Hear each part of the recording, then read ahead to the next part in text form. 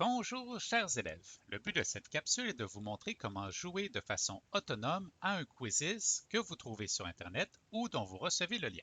Alors en arrivant à cette page, vous pouvez cliquer sur le bouton vert Entraîne-toi, puis sur la première option Jouer. Vous avez alors deux choix. Alors le premier choix est le bouton vert Jouer ou rejouer. Pour ma part, il est écrit Rejouer puisque j'ai déjà essayé ce quiz, ou l'option Flashcards. Alors, pour l'option Jouer ou rejouer, vous devez tout d'abord choisir les paramètres de jeu que vous souhaitez. Alors, un des plus importants est le paramètre heure. S'il est activé, il vous donnera un temps maximum pour compléter chaque question.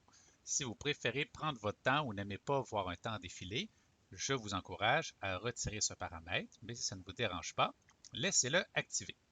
Il y a aussi le paramètre MEMS qui sont des photos ou des images avec un texte généralement en anglais et qui sont généralement humoristiques qui vont s'afficher après chacune des questions. Vous avez aussi le paramètre Power-Ups qui sont des pouvoirs que le jeu peut vous attribuer de façon aléatoire. Par exemple, si vous recevez un pouvoir pour retirer la moitié des choix de réponse, peut-être geler le temps. Alors, c'est à votre choix d'activer ou non les pouvoirs du jeu.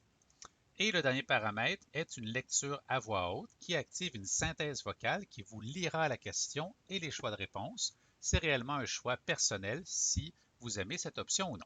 Alors, une fois vos paramètres de jeu choisis, vous pouvez cliquer sur le bouton vert pour débuter le jeu.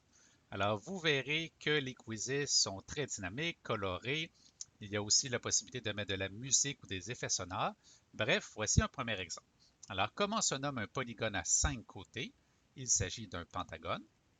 Alors, vous allez voir qu'avec une bonne réponse, un mème apparaît et aussi que j'ai un classement qui est fait contre des joueurs générés par l'ordinateur. Alors, quel type de triangle est montré sur l'image? Il s'agit d'un triangle isocèle. Vous avez aussi l'option en haut à droite d'afficher le quiz en format plein écran ou non. Je poursuis les questions. Quelles sont les notations exponentielles qui ont comme puissance 16? Alors, les notations exponentielles amènent un choix où je dois cliquer plus d'une fois. C'est pour ça qu'il est écrit Select All that apply. Alors, dans mon cas, je vais choisir 4 à la 2 et 2 à la 3. Non, 2 à la 3 n'est pas un bon choix. Je vais choisir 2 à la 4, puis sur Submit. Alors, c'est une bonne réponse. Vous voyez en haut à gauche aussi, oh, attention, un power-up s'active. Alors, c'est un pouvoir aléatoire. Alors, ici, le pouvoir que je viens de recevoir, je vais pouvoir l'activer en cliquant dessus, puis sur Activer. Alors, il me permettra de ne pas perdre ma séquence de bonnes réponses, que je vois ici en gauche, qui me donne plus de points. Alors, maintenant qu'il est activé. Alors, quel est le résultat de l'équation ci-dessous, 2 à la 3, si par exemple je commets une erreur en cliquant 12? Alors, c'est malheureusement une erreur qui s'affiche. Je vois que je descends quand même beaucoup au classement. Cependant, mon pouvoir est appliqué, donc ma série n'est pas enlevée. J'aimerais vous dire aussi qu'en haut à gauche, vous pouvez cliquer sur Pause pour accéder à différents paramètres. Par exemple, reprendre le jeu du début, enregistrer et quitter au milieu de la partie. Vous pouvez aussi activer de la musique, activer des effets sonores, la lecture à voix haute dont je vous ai parlé tantôt et les memes. Et vous pouvez aussi choisir une langue. Alors, si je termine, alors quelle image montre un triangle équilatéral? C'est le premier. Alors, je complète ma dernière question pour mon quiz. J'ai remonté un petit peu au classement.